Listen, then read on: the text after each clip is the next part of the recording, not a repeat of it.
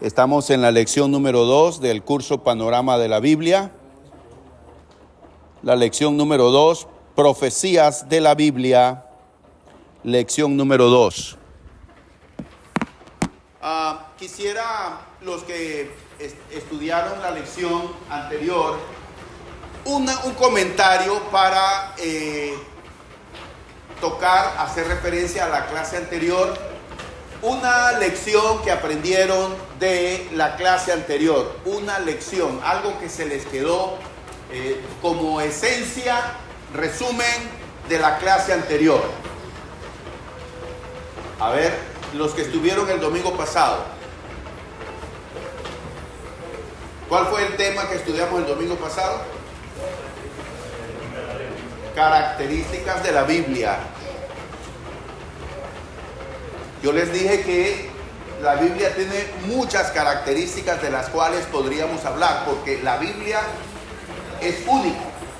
Entonces, pero yo quise seleccionar ¿cuántas características?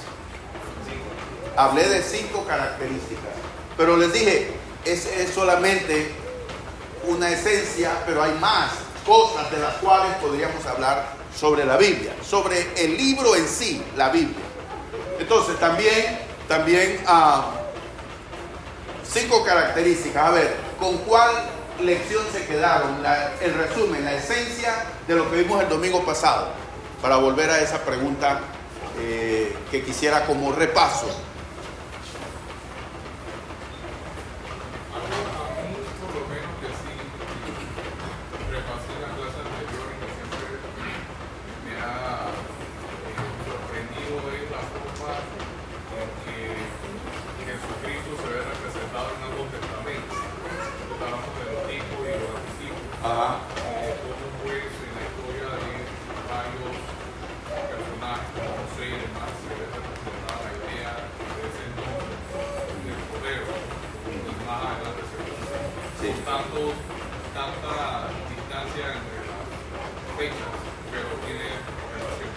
Sí, entonces dijimos que la mente maestra, la mente divina detrás de los escritores de la Biblia guió a ellos para que eventos, personas y cosas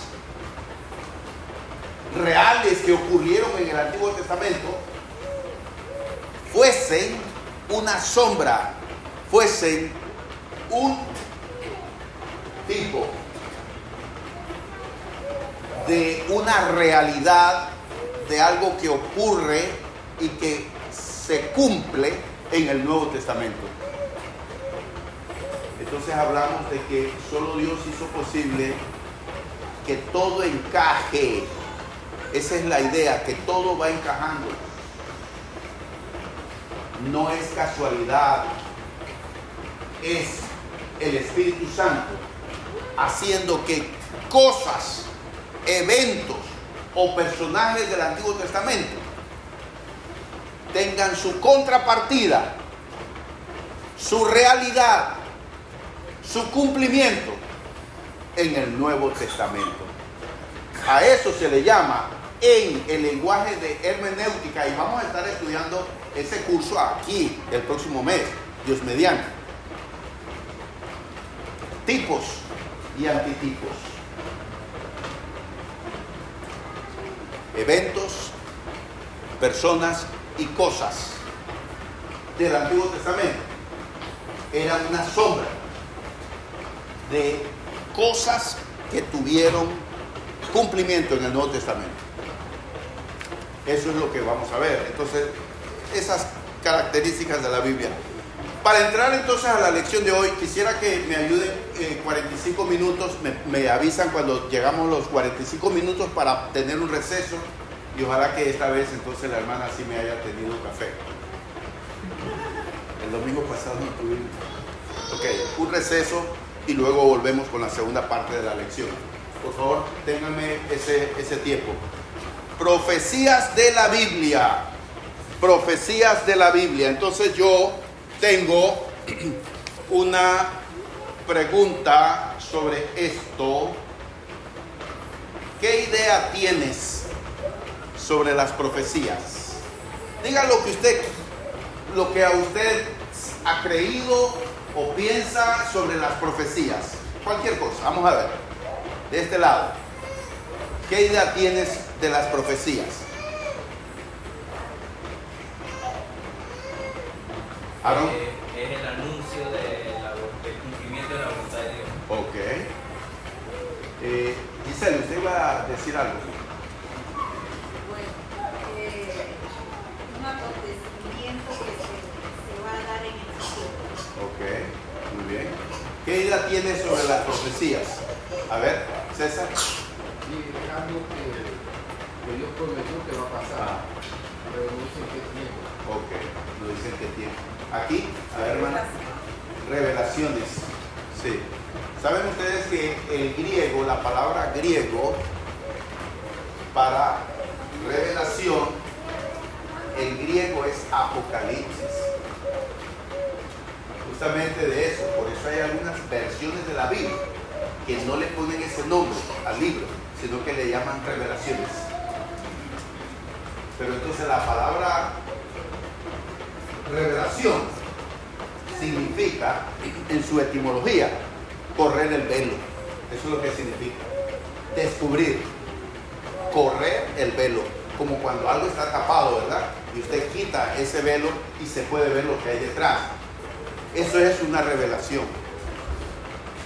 Dios ha hecho eso posible. Muy bien. Y otra de las preguntas que quiero hacer antes de entrar al campo, ya ustedes han dado la definición, pero ¿qué es profecía?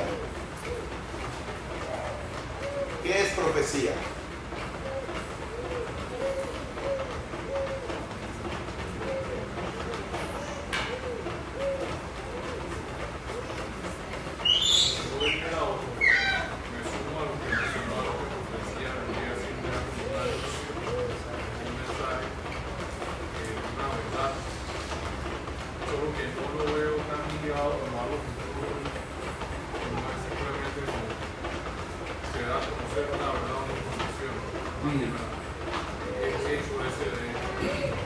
Miren, profecía en el puro lenguaje teológico no solamente es, oigan bien, no solamente es revelar algo que Dios le ha dicho al profeta, algo del futuro.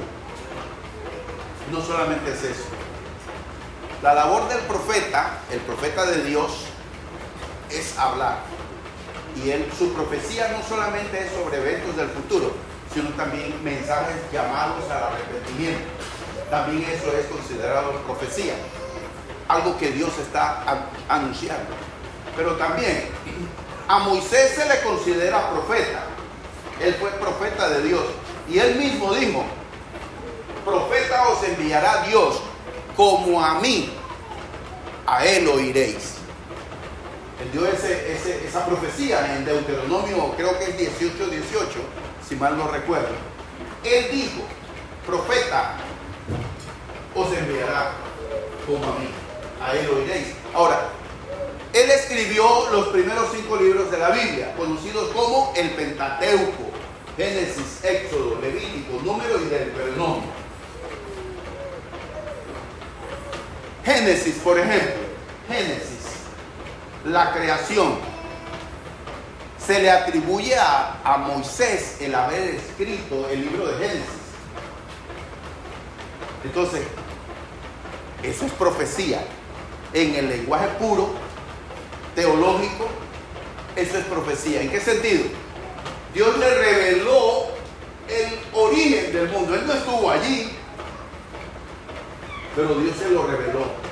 Y él escribió lo que Dios le reveló. Y lo que tenemos es exactamente lo que ocurrió, porque él era un profeta de Dios.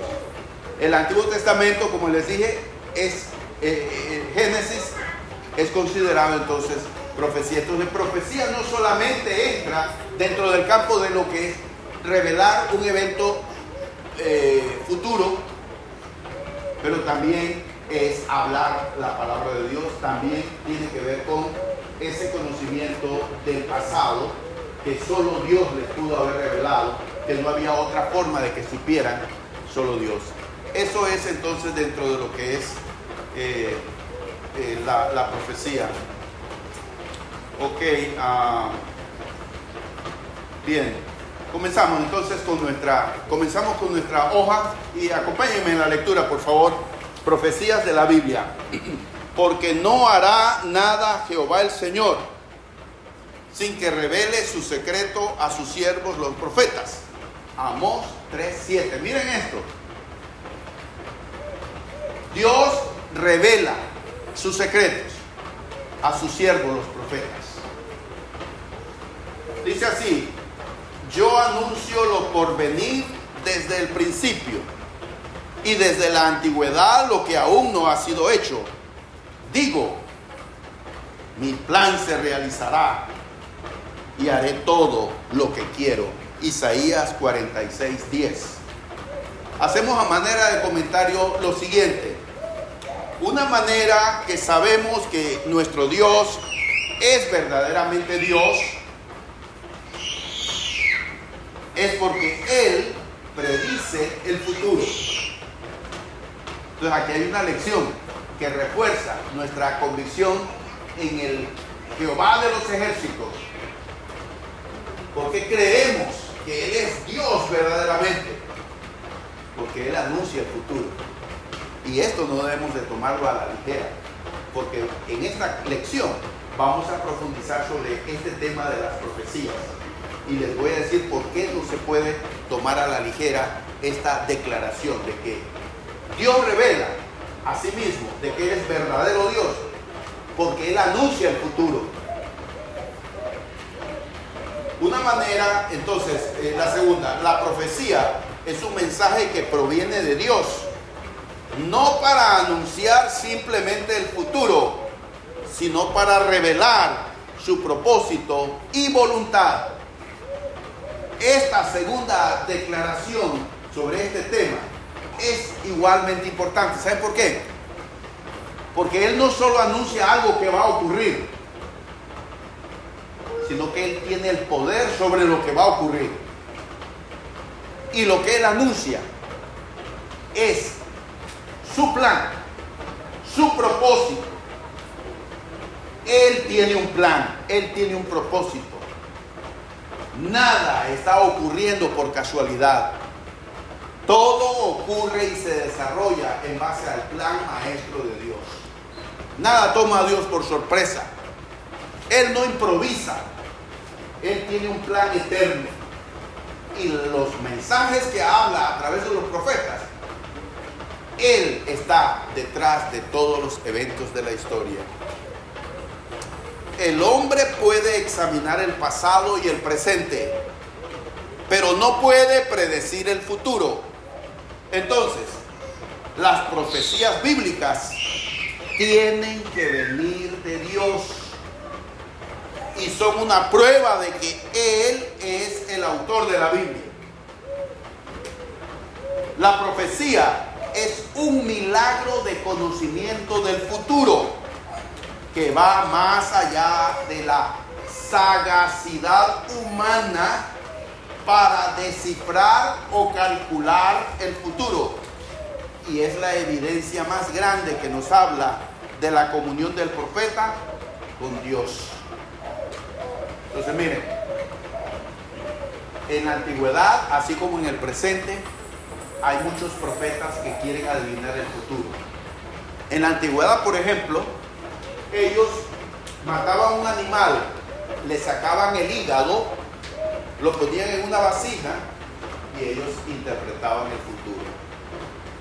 La palma de la mano, ellos tienen un mapa, y las rayas de tu mano tienen un significado. Huesos de animales, huesitos, en una vasija, los revolvían, los tiraban, de acuerdo a cómo cayeran, así interpretaban. La astrología nació en Babilonia. Babilonia es la madre de la falsa religión. ¿Por qué? Génesis lo revela. Fue allí donde los hombres se juntaron y tenían un mismo idioma y tenían un mismo propósito.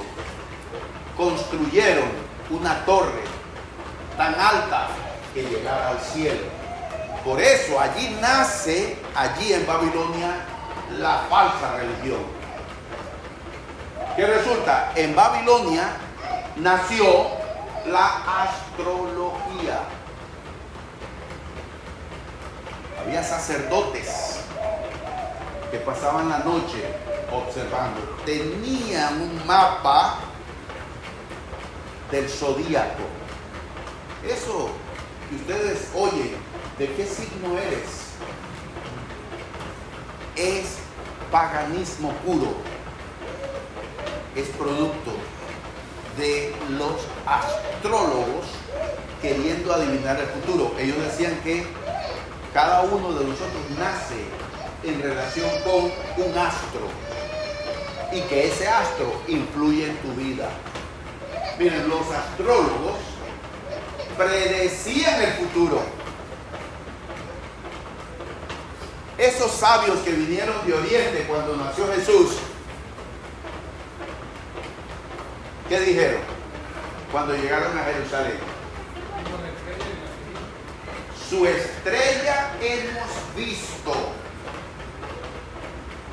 ¿Qué nos indica eso? Que ellos eran astrólogos y estaban observando. No quiero reforzar en ustedes de que la astrología es buena. Estoy diciendo algo que ocurrió. Y ya hemos hablado de que Dios condena la brujería, la hechicería, los que consultan a los muertos, los adivinos, los agoreros. Todos esos son términos que emplea la Biblia. Porque quiero decirles, detrás de la falsa religión hay demonios que están sosteniendo toda esa falsa religión. No tengo dudas.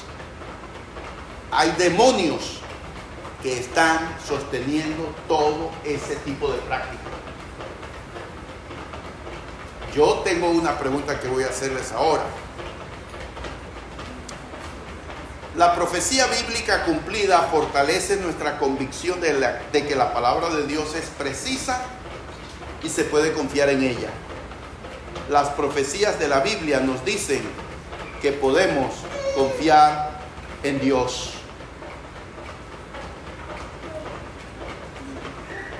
¿Qué nos dicen las profecías acerca de nuestro Dios? Es una pregunta de repaso. Las profecías de la Biblia, ¿de qué hablan? ¿Qué describen de Dios, sobre el carácter de Dios? A ver. Él es verdadero Dios porque Él anuncia el futuro. Es un Dios de planes y propósitos. Los profetas predecían el futuro, pero ellos no tenían el control del futuro. Los profetas de Dios. Nadie puede predecir el futuro a menos que Dios se lo haya revelado. Entonces, aquí entramos en un terreno. Yo hice referencia a los astrólogos que habían determinado que este cometa anunciaba el nacimiento del rey de los judíos. Y ellos llegaron y dijeron, su estrella hemos visto. ¿Cómo lo supieron ellos? Dios se lo reveló. En el Antiguo Testamento hay un profeta pagano. ¿Cómo se llamó? Se le conoce como el profeta mercenario. ¿Ah? Balaam. Balaam en el Antiguo Testamento. ¿No han oído de ese profeta? Claro que sí. El que fue contratado por un rey pagano, Balac, ven y maldice a este pueblo. Y Dios le habló en la noche y le dijo a Balaam, no vayas. Y él respondió a los que habían sido enviados, no voy a ir porque Dios me ha dicho que yo no vaya. segunda comisión con más riquezas, quiero que vengas y maldigas este pueblo. Dios le dijo, no vayas. Sabemos que él fue, pero ¿qué clase de profeta era? Y era un hombre, era un profeta pagano, y él tenía reputación. Quiero decirles que hay brujos que son farsantes, como Simón el Mago. Ya se olvidaron de que creo que fue en Samaria que se convirtió este brujo al evangelio. Y él se convirtió porque él vio que Felipe hacía portentos y maravillas. Y él estaba siempre detrás de Felipe para aprender cómo hacer esas obras. Y llegó Pedro, impuso las manos sobre los discípulos, oró, y el Espíritu Santo se manifestó. Entonces Simón dijo, denme a mí ese poder para que a quien quiera que yo le ponga las manos también reciba el Espíritu Santo. Les ofreció dinero y Pedro le dijo, tu dinero perezca contigo. Él era un farsante, pero quiero decirles que hay y ha habido hombres o mujeres que han estado en contacto con el mismísimo enemigo y que el maligno les ha revelado información que de otra forma no podrían recibir. Pero todo tiene su límite, porque hasta el mismo Satanás no conoce los planes de Dios. Tiene sus limitaciones. Entonces, los profetas de Dios hablaban en nombre de Dios y no usaban de ningún truco para hablar. No tomaban alguna droga, porque eso también se emplea. Miren, en la religión de los indios, en la India, ellos recitan y hacen respiraciones, ejercicios de respiración. Se sientan y empiezan a hacer ejercicios de respiración y empiezan a repetir palabras y palabras para entrar en trance. Otros toman droga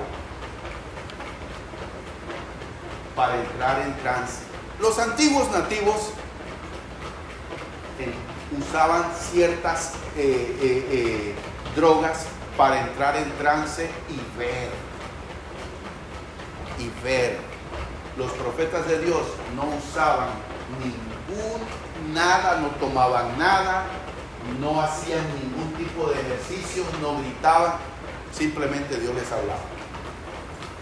Usted puede ver en toda la Biblia, los profetas de Dios no usaban de ningún truco ni nada para predecir el futuro. Dios les hablaba. ¿Y cómo les hablaba? Por sueños, visiones, palabras. Les hablaba. Ellos no entraban en trance, no perdían el conocimiento, no perdían los sentidos. Así es como Dios hablaba a los profetas. Es muy diferente a las prácticas de los profetas del mundo de aquel entonces. Eso es lo que dice la Biblia. Bien, continuamos aquí con características de la profecía bíblica.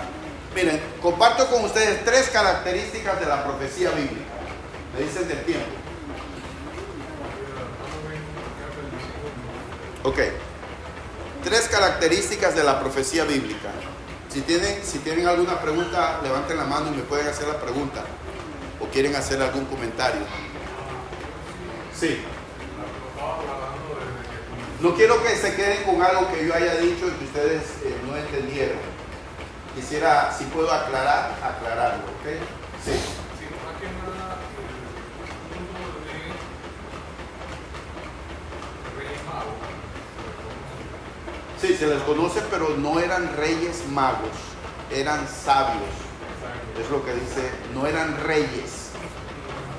Y tampoco eran tres. Se deduce que eran tres por los tres regalos, los tres presentes. Se deduce. Y la Biblia no dice que eran Melchor, Gaspar y Baltasar. No dice los nombres. Unos sabios. Entiéndase, astrólogos de Babilonia o de esa zona. Es lo que se Ellos entiende. tienen un propósito Sí, Dios los usó. para llevarle lo que ellos necesitaban en el momento. Dios los usó para confirmar, porque Dios es el Dios del universo y Él le habla a los hombres que Él quiere y Él les habló a ellos. Ellos estaban en su búsqueda de Zoroastro y de todo esto,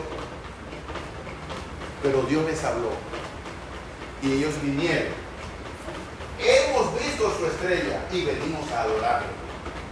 Ellos estaban en lo correcto en esta situación, pero no en que se puede adivinar el futuro por la observación de las estrellas o de los planetas. Eso es falso. Detrás, su creencia y su práctica es falsa. Eso no tiene aprobación de Dios. ¿Entienden eso? Sí. Y más que nada, lo que yo quería aclarar era eso. De pronto, no sé si tengan que echar para atrás o volver a leer, entender si ya estaba definido de que ellos en efecto eran astrólogos o eran astrónomos. Porque la astrología, como usted dice, es lo que agarran la parte esa esotérica de las estrellas para asignar de personalidades a la gente X. Pero ya la astronomía es el estudio de los cuerpos celestes, el tema de los viajes, explicación y demás, que no tiene nada que ver una con la otra. Entonces yo no sé por qué yo en mi mente yo a veces pensaba como ellos se estaban guiando por la estrella. Yo pensaba o tenía el entendimiento que ellos eran astrónomos, no astrólogos.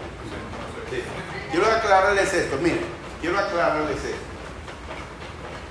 La astronomía, que es una ciencia, nació en la astrología. Los antiguos mezclaron las dos. Astronomía es una ciencia, eso nada tiene que ver con astrología. La astrología es lo que tiene que ver con el signo del zodíaco, etc.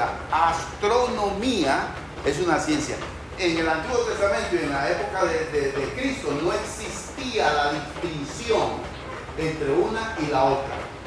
Lo mismo, por ejemplo, la medicina. La medicina nació mezclada las dos cosas, la ciencia médica y también las prácticas de brujería. En el comienzo así nace. Por ejemplo, muchos hoy tienen temor de consultar a un botánico. Muchos de estos hierberos mezclan las dos cosas. Tienes algo aquí en tu pierna, ponte un sapo y te pones esto. Lo del sapo, eso es brujería. ¿Ok? Y nosotros no caemos en eso. Pero ¿quién dice que la homeopatía es mala? La homeopatía es la ciencia de las medicinas naturales. No hay nada malo en eso. Eso es simplemente conocer el principio de cada planta que puede funcionar en determinada situación y que no va acompañada de santiguos y recería. Santiguar, pasar una hierba y el tabaco y el licor y hacer de eso se llama santería, nacida de los africanos que vinieron a Cuba e hicieron una mezcolanza con el catolicismo, el paganismo, más las creencias de África. El resultado fue santería. Eso no tiene nada que ver con la ciencia. Pero si usted consulta a un homeópata, alguien que le va a recetar medicina natural, no hay nada malo en ello. Pero el problema es la mezcla. Combinar una falsa creencia, una superstición. Ese es el problema. Entonces, los astrólogos creyeron que los astros tenían influencia en la vida de las personas, cosa que no es cierto. Son astros, no hay nada que ver. Por supuesto que la luna sí tiene que ver con la atmósfera y el tiempo en la Tierra.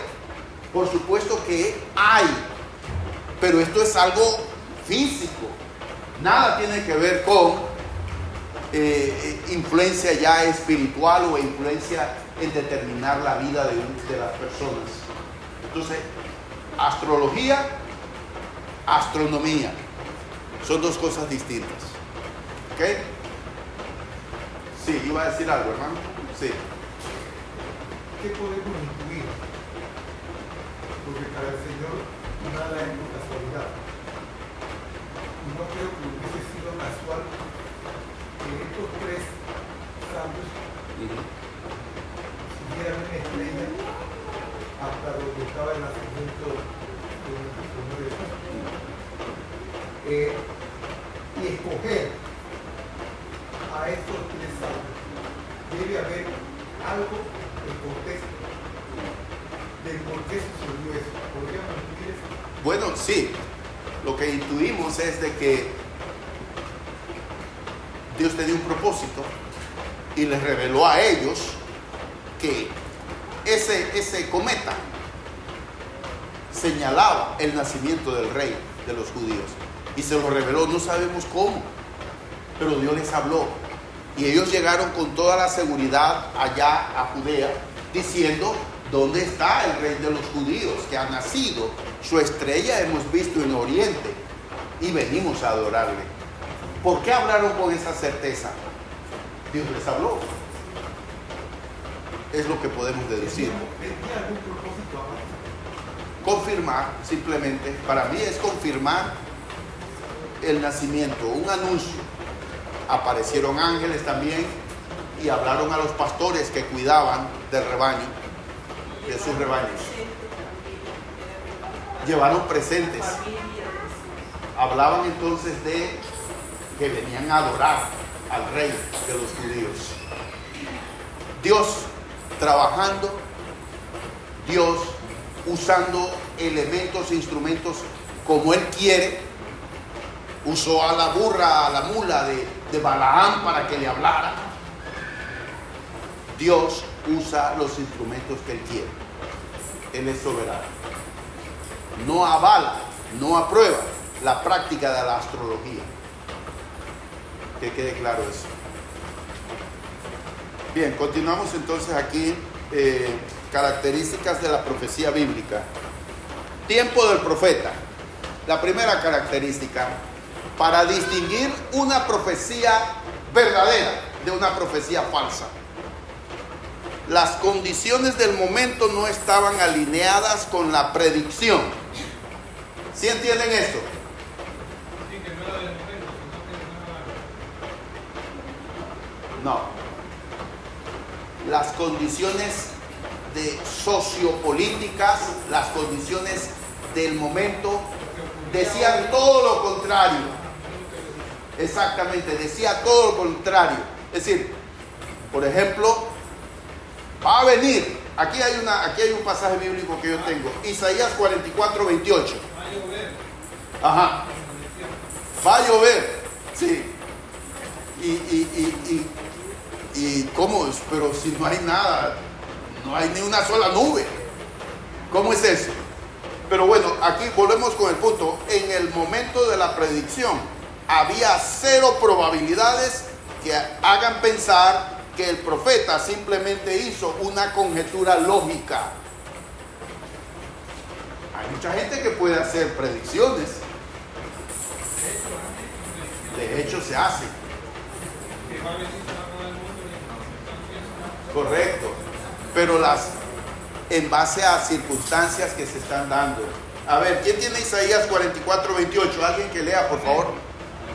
Léalo.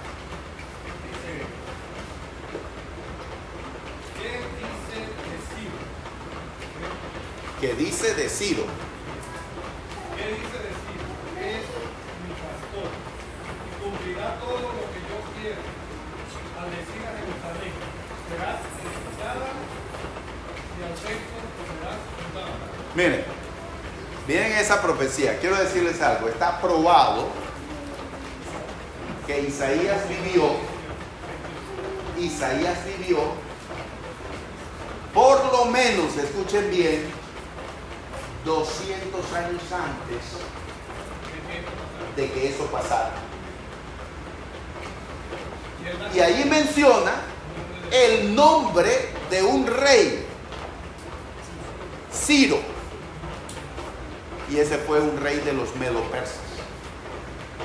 Y ese fue el rey medo-persa que le dio libertad a los judíos para regresar a sus tierras 70 años después que habían sido llevados al cautiverio por Nabucodonosor, rey de Babilonia.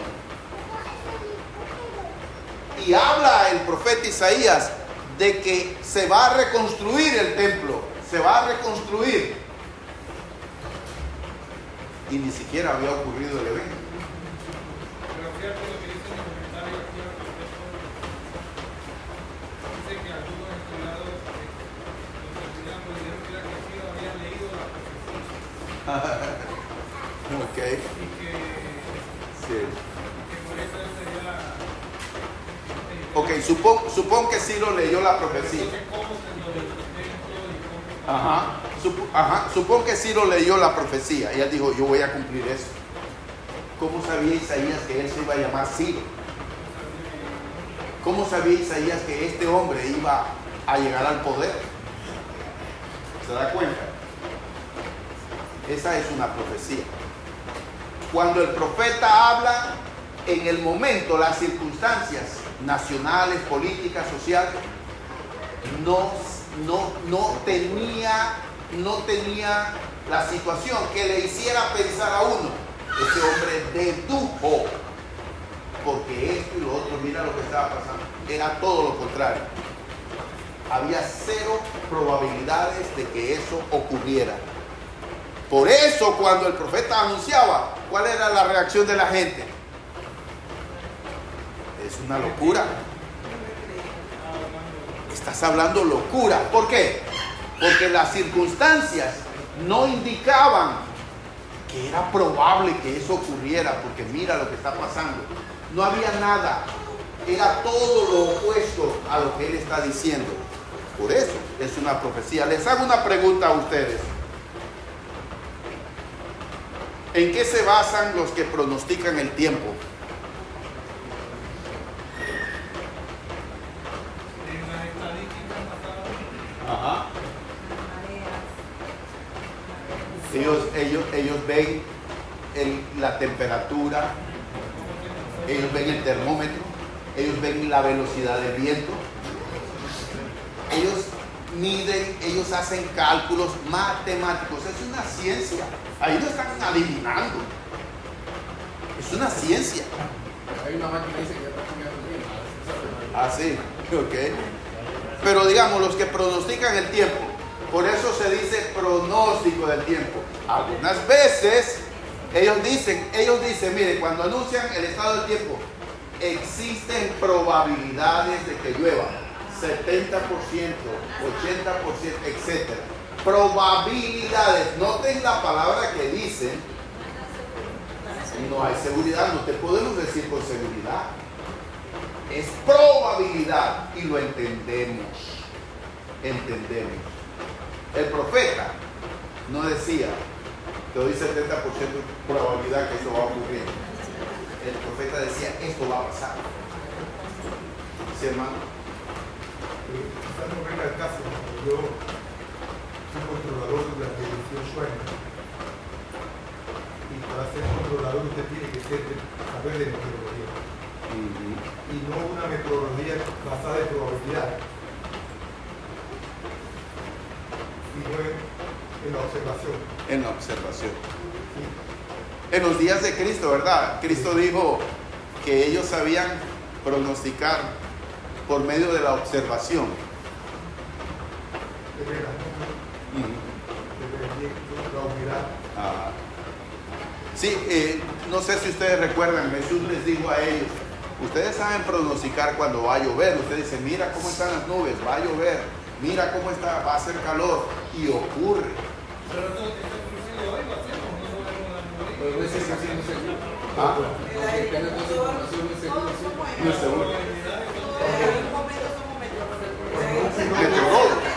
Cuando un piloto se acerca a un aeropuerto, él ni siquiera le cree al pronóstico de los meteorólogos. Ajá. Él puede venir a 25 millas y él llama a la torre para saber cómo están las condiciones. Así es. Y él le cree al controlador. Así es. Porque el controlador es el que ve, En el momento. no ve equipos. Ajá. El sol está observando, está... Ok. Bien, ok. Continuamos. La segunda característica de la profecía, detalles específicos. La predicción profética mencionó número exacto de años y nombres de pueblos e incluso de individuos con siglos de anticipación. Incluso las profecías mencionaron otros detalles concretos para ser analizados caso por caso. Estamos viendo características de la profecía bíblica y hemos visto tiempo del profeta, no había condiciones. Las probabilidades de lo que él está diciendo eran cero de que se cumplieran, a menos que él hablara bajo revelación de Dios.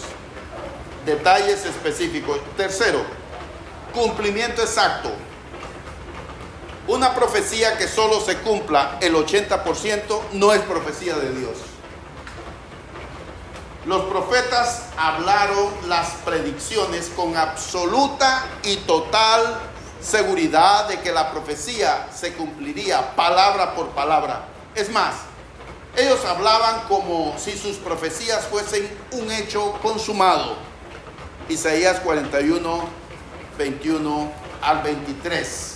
Por ejemplo, allí, lean ese texto, por favor. Isaías 41, 21 al 23. Alguien que lo lea. Alegad por vuestra causa, dice Jehová, presentad vuestras pruebas, dice el Rey de Jacob. Traigan, anúncienos lo que ha de venir. Díganos lo que ha pasado desde el principio y pondremos nuestro corazón en ello. Sepamos también su postrimería y hacernos entender lo que ha de venir. Danos nuevas 23. Danos nuevas de lo que ha de ser después, para que sepamos que vosotros sois Dios, y a lo menos acerquemos más, para que tengamos que contar. Completamente nos maravillemos. Así es. Muy bien. Ok, ¿cuáles son las tres características de la profecía bíblica? Así es. Entonces, cero probabilidades de que el profeta hizo una deducción lógica. Primera de Reyes 18, 41 al 46, ¿se acuerdan que Elías había anunciado una sequía? Y hubo una sequía por 3 años. Luego, en el Monte Carmelo, Elías se reunió con los 400 falsos profetas de Balaam. Y hubo un sacrificio. Dios mostró su gran poder en ese sacrificio. Y luego entonces Elías le dice al rey: alístate porque va a llover. Y si te demoras, vas a quedar atrapado aquí por el torrencial aguacero que va a caer. Y luego entonces le dice él, y Elías se retiró y se puso a orar. Y le dijo a su sirviente: observa estaban en un monte y podían ver hacia el mar. Observa, ¿ves algo? No veo nada. Siguió orando. Ve a ver qué hay. Y dice, veo una nube como la palma de una mano. Dile entonces al rey que va a llover. Y de repente empezó la tempestad. Vemos aquí cómo el profeta habla con la certeza de algo que va a ocurrir. Y ellos hablaban con esa seguridad porque Dios les decía. Por ejemplo, Isaías 9:6 dice así, porque la Virgen concebirá y dará a luz un hijo, porque hijo nos es dado. Entonces, él habla de una seguridad, con una certeza, que no podría haberlo hecho si no fuera porque Dios le ha revelado él. Sí. Tengo una pregunta, ahora que estamos tocando el libro de Reyes. Entonces, que he estudiado Reyes, especialmente en el tema de los profetas, he visto cosas que me han dejado con bastante interrogante. Empezando por los profetas que no tienen nombre. Me encuentro como que a buscar por qué no se mencionan con tanto detalle, pero son profetas porque, como usted dice, anuncian la voluntad de Dios y se cumplen tal cosa. Pero la que más me llama la atención, que siempre lo pongo a pensar, es casualmente Elías, cuando estaba en el monte Carmelo, con la profeta de Baal, no sabe quién era el profeta de verdad. Sí. Y Elías ora para que caiga fuego del cielo en el holocausto. Y en efecto pasa. Y los profetas de Baal hicieron toda la pantomima del mundo y no pasó nada. Y ahí se reveló que no eran nada real. Mi pregunta aquí es, ahí en ese caso en específico, porque el tema con la profecía era que era voluntad de Dios, que él revelaba información de algo que fuese a pasar, que fuese a ser un evento significativo para el pueblo, para lo que estaba pasando. Pero en este caso fue, pues yo lo veo como que Elías literalmente le dijo, Dios, haz que caiga fuego. Y Dios dijo, ok, pum. O sea, no veo como que haya sido algo... Exhibicionismo de Elías. No sé, a veces lo veo así, no lo quiero ver así, pero a veces me da la impresión de que fue como que ella dijo así como si fuera un control remoto, Dios a esto, y Dios lo hizo. Lo tiendo a verlo más por el punto de que era para que se demostrase que Elías era auténtico. Una evidencia para convencer al pueblo, porque también hay que ver esto, escuchen esto. Cuando yo me puse a estudiar religiones orientales, la descripción de esas creencias,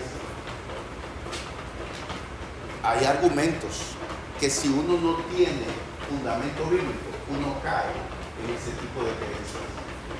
Si usted no tiene fundamento, usted puede creer en él. Baal y todo el culto que hay detrás, todos sus sacerdotes, ellos tenían explicaciones y argumentos que convencían a la gente. Y detrás de esos cultos está Satanás, están los demonios sosteniendo esas creencias. Y hay poderes engañosos para que crean la mentira. Entonces tenemos que ver que cuando Elías pide que Dios envíe fuego del cielo, él puso el sacrificio, las piedras, puso el sacrificio y dijo, hagan un canal alrededor del montículo de piedras sobre el cual había puesto el sacrificio y llenen de agua y echen toda el agua que quieran y pide que Dios se manifieste consumiendo con fuego, y dice que consumió todo hasta el agua. Entonces, no es que Elías quiere fanfarronear o ponerse, él quiere que su pueblo, que había caído en la falsedad, viera de una vez y por todas de que Dios es el Dios verdadero. Y él pide que Dios se manifieste de esa forma para que haya una prueba más de su existencia. Y no creo que en el propio Elías haya un intento de recibir el aplauso o quedar bien con la gente, porque nada de eso había en ese hombre. Era un hombre que inclusive su forma de vestir, con él nació esa vestidura tan como un pordiosero, porque si veías a Elías no pensarías que ese era un profeta. La forma en que él andaba vestido era una manera rústica, no había en él ninguna apariencia. Y Juan el Bautista emuló la vestidura de Elías. Cuando Juan el Bautista aparece en el desierto, a todo el mundo le recordó al profeta Elías. La vestidura de Juan el Bautista, que él era una persona que estaba alejada de toda vida cómoda. Juan el Bautista, Elías vivió así. Entonces él no buscaba nada que recibir aplauso o reconocimiento, el profeta Elías. Y vemos entonces esto. Yo creo que ya el tiempo ya sonó, porque vamos a tener un receso y volvemos para la segunda parte. Ok, continuamos con nuestro estudio, la segunda parte de la lección 2, profecías de la Biblia. Vamos a hablar entonces profecías sobre el pueblo de Israel. Ok, síganme en la lectura en la lección que tenemos, profecías sobre el pueblo de Israel. Sí. Bueno, antes que entre a esa parte, tengo una pregunta de la parte anterior. Ok, una pregunta. Si las profecías tienen detalles específicos y cumplimiento exacto, las de Apocalipsis no todas tienen eso por su lenguaje simbólico. Ajá. Es una excelente pregunta. Miren, las profecías es un mundo en sí y no es muy fácil de comprender. ¿Cómo podemos interpretar las profecías? Entonces, fíjense, el profeta, bajo la revelación de Dios, está diciendo cosas que él cree que va a ocurrir en el futuro, pero también las profecías tienen doble cumplimiento. Por ejemplo, cuando Isaías dijo que la Virgen concebirá, algunos dicen que no solo estaba hablando de María y que iba a concebir a Jesús en el futuro, sino que también en el momento del profeta Isaías. Sí, una virgen en los días del profeta Isaías, pero la profecía allí no nos dice, pero los intérpretes dicen esa profecía tenía que ver algo de ese momento. Entonces tenemos aquí que el Apocalipsis, igual que Daniel, el libro del profeta Daniel, entra dentro de lo que se conoce como literatura apocalíptica. Y hay que entender el lenguaje apocalíptico. Hay que tener conocimiento de, uno, la historia, el contemporánea. Dos, hay que tener conocimiento de la gramática, comprender el lenguaje. Y tres, el simbolismo sobre Apocalipsis. De veras, hermano, de veras, cuando uno está estudiando o leyendo a los profetas, sobre todo Jeremías, Isaías, ellos a veces profetizaban para tiempo inmediato. Sí. Pero también por ahí mismo a veces, y aquí no nos confundir, porque también predicen palabra de Dios para futuro. Así es. Entonces, eso ellos tienen bastante Sí. razonamiento para poder entender. Exacto. Yo solamente estoy dándoles los principios generales, por eso este curso se llama Panorama de la Biblia. Noten, panorama de la Biblia. Les estoy dando rasgos generales. No estamos entrando al mundo en sí de la profecía. Estamos explicando conceptos generales. Bien, gracias por esa pregunta y esos comentarios. Continuamos. Profecía sobre el pueblo de Israel. Serían esclavos en Egipto, Génesis 15, 13 y 14. Serían liberados en un momento determinado, Génesis 46, 4. Se les daría la tierra de Canaán, Génesis 15, 18. La de ellos sería una gran nación, Génesis 46, 3.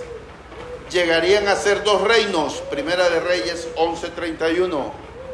El reino del sur sería rescatado de Asiria, pero caería en manos de Babilonia, Primera de Reyes 14, 15 y 16. No obstante, no sería completamente destruido. Entonces, aquí tenemos algunas profecías. Pregunto, ¿las profecías son condicionales o absolutas? ¿Ah? Podrían ser condicionales, bueno, yo sí me iría por condicional, porque han habido veces en las que se ha dado una profecía para un pueblo y por soberanía de Dios ha optado por elegir un camino distinto. Por ejemplo, Jonás, que Nínive iba a ser destruido, y se da la profecía, y Jonás lo profetizó así. Sí. Pero el pueblo se arrepintió. Yo digo, no, ya no, y Jonás se puso bravo, pero hubo una condición que hizo que el final de la profecía fuese distinto de parte del mismo Dios. Entonces, ese es el ejemplo que más Entonces la respuesta es esto. Sí, gracias. Los dos están en lo correcto también, pero Gerardo, pero de eso se trata esta clase, ¿ok?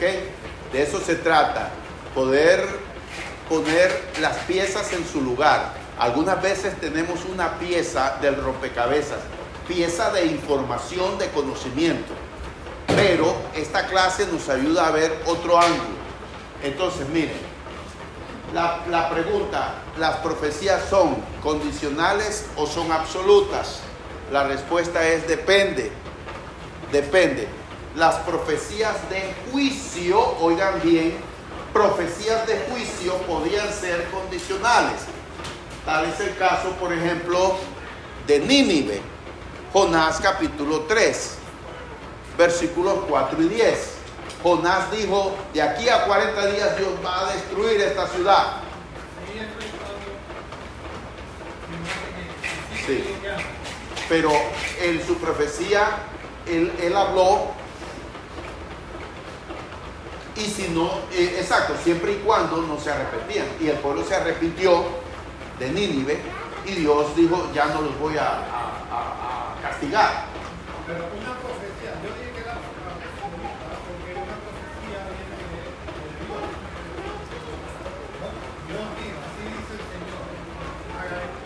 Ajá. Así dice el Señor, ya dijo el Señor, Sí. esto va a pasar. ¿Por qué lo dijo?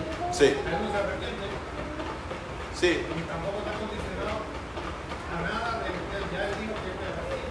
Pero por ejemplo, Mateo 21:43, Jesucristo da una profecía allí, Mateo 21:43, de juicio también. Ahora él es soberano. Sí.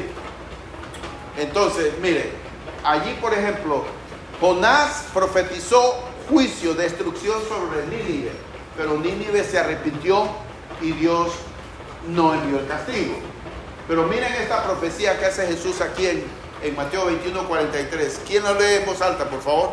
Por tanto os digo que el reino de Dios será quitado de vosotros y será dado a gente que produzca los frutos de él. Noten, el pueblo de Israel dejó de ser el pueblo de Dios. Dios cumplió su plan y Dios creó un nuevo Israel, una nueva nación espiritual, formada por judíos y no judíos, hombres y mujeres de todas las razas. Pero ya Israel, como pueblo especial, como en el Antiguo Testamento, dejó de ser. Dios cumplió todos sus planes. La triple promesa que le hizo a Abraham, Dios la cumplió. En Génesis capítulo 12, Dios le prometió a Abraham 3 cosas. 1, haré de ti una gran nación. 2, te bendeciré. La tierra de Canaán será la tierra de ustedes. La promesa de la tierra. 2. Y 3, y serán benditas en ti todas las familias de la tierra. La salvación del mundo a través de un descendiente de Abraham. Dios le cumplió las 3 promesas a Abraham. El pueblo de Israel dejó de existir como nación. No es más el pueblo de Dios. Dios levantó un nuevo pueblo. Jerusalén fue destruida. El templo fue destruido. Y eso es lo que vamos a ver ahora aquí en esta lección. Continuamos aquí. Otras naciones, incluyendo la captora Babilonia, llegarían a extinguirse, pero no así Judá. Isaías 13:20. Judá serviría a Babilonia 70 años y después sería restaurada. Jeremías 25, 11 y 12. Continuamos. El cumplimiento de profecías hechas en relación con el pueblo hebreo es un contundente testimonio de la inspiración de las Escrituras. Profecías de peligro y de dolor, nada halagadoras, fueron hechas por hebreos para hebreos. Una por una se han cumplido. Y es una amplia variedad, de profecías la que se presenta en la Biblia.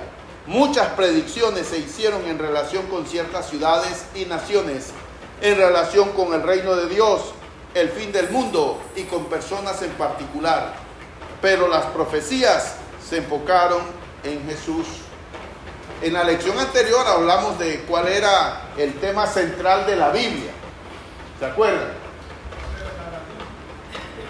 En la lección anterior. Y todo tiene que ver con Jesús. ¿Cuál es la primera profecía de la Biblia?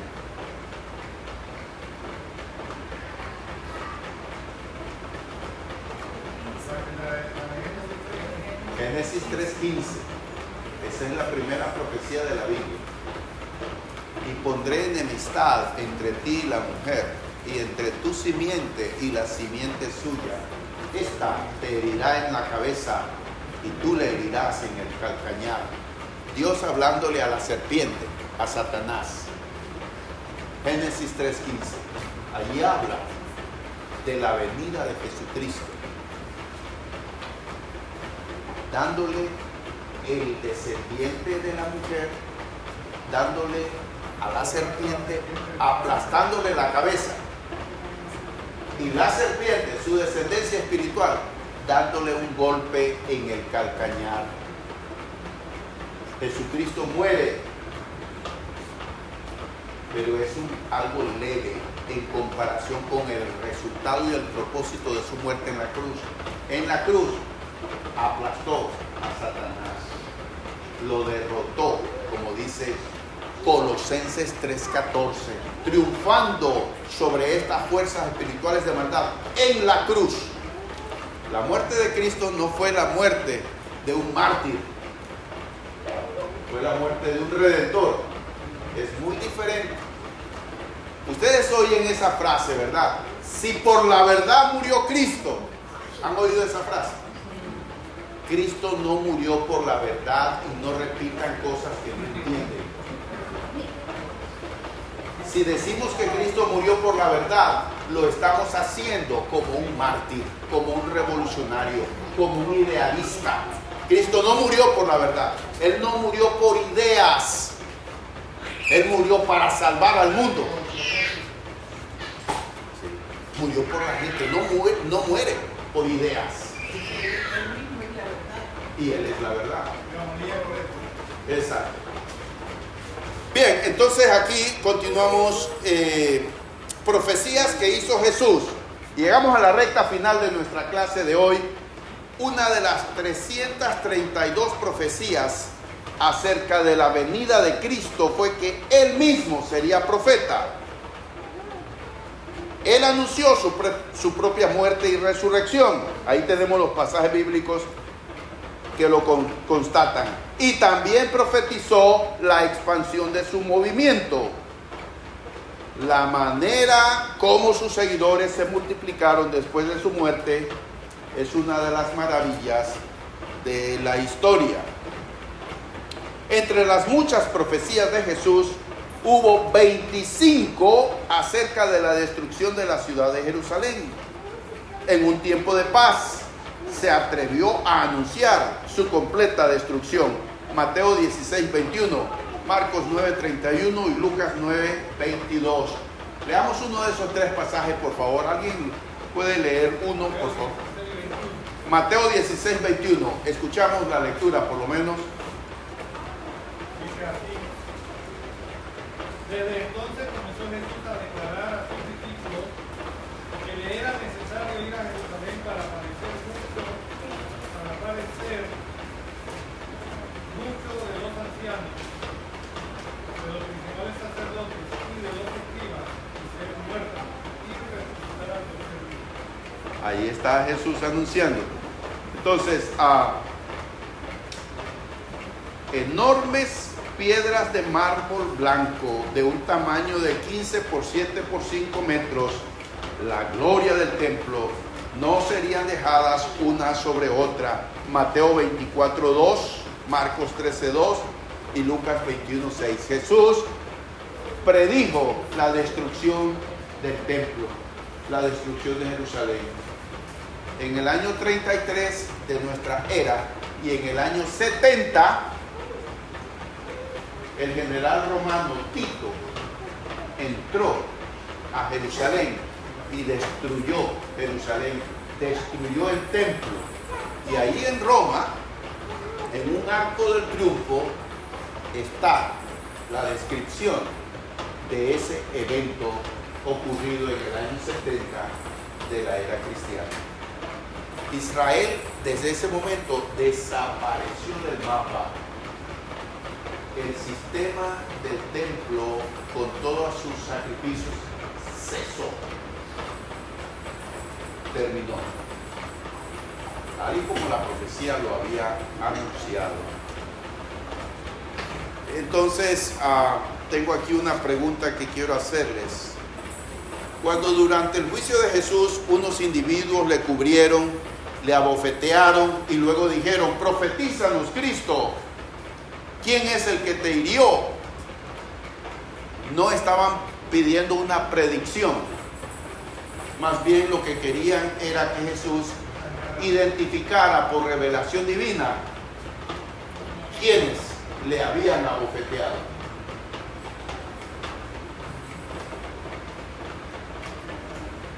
La mujer samaritana que estaba junto al pozo reconoció a Jesús como profeta porque le reveló cosas sobre su pasado que no hubiera podido saber a no ser mediante el poder divino.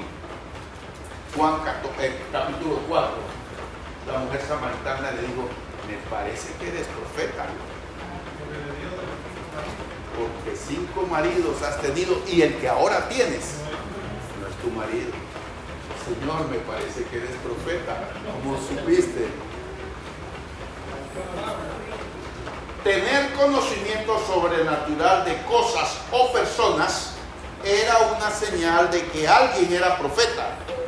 Por ejemplo, Lucas 7:39 dice así, Lucas 7:39: cuando vio esto el fariseo que le había convidado, dijo para sí. Había una comida, un almuerzo, una comida. Un fariseo había invitado a Jesús y había mucha gente ahí. Y él pensó: si fuera profeta, conocería quién y qué clase de mujer es la que le toca, que es pecadora, porque había llegado una mujer y le había derramado perfume a Jesús. Y el fariseo dijo, si este fuera un verdadero profeta, sabría qué clase de mujer es esta. Pero él lo pensó. Él lo pensó, Pero no le prestó. pero Jesús se lo reveló. Jesús contestó. Sin que Él lo pensó, pero Jesús le dijo, Simón, mira, cuando entré aquí, me ungiste, me echaste perfume, me recibiste. Oh Señor, lo siento, ella lo ha hecho. Entonces la lección fue: quien mucho ama, el que mucho ha recibido, más ama. Ella estaba demostrando su amor hacia el Salvador. Entonces aquí tenemos este es el mensaje que tenemos. Concluimos aquí. La conclusión de esta lección número 2 es: los profetas anunciaron el día del juicio final, la destrucción del planeta Tierra y cielos nuevos y tierra nueva. Los cristianos esperamos la segunda venida de Cristo en poder y gloria, rodeado de sus santos ángeles, el cual dará cumplimiento a las profecías sobre el fin del mundo. Este interesante estudio del cumplimiento de las profecías del Antiguo y del Nuevo Testamento solo puede indicar un autor divino. Las profecías son demasiado específicas para calificar como coincidencias. Se cumplieron tan acertadamente que no podrían ser conjeturas. Dejemos que ellas nos convenzan de la inspiración de la palabra de Dios.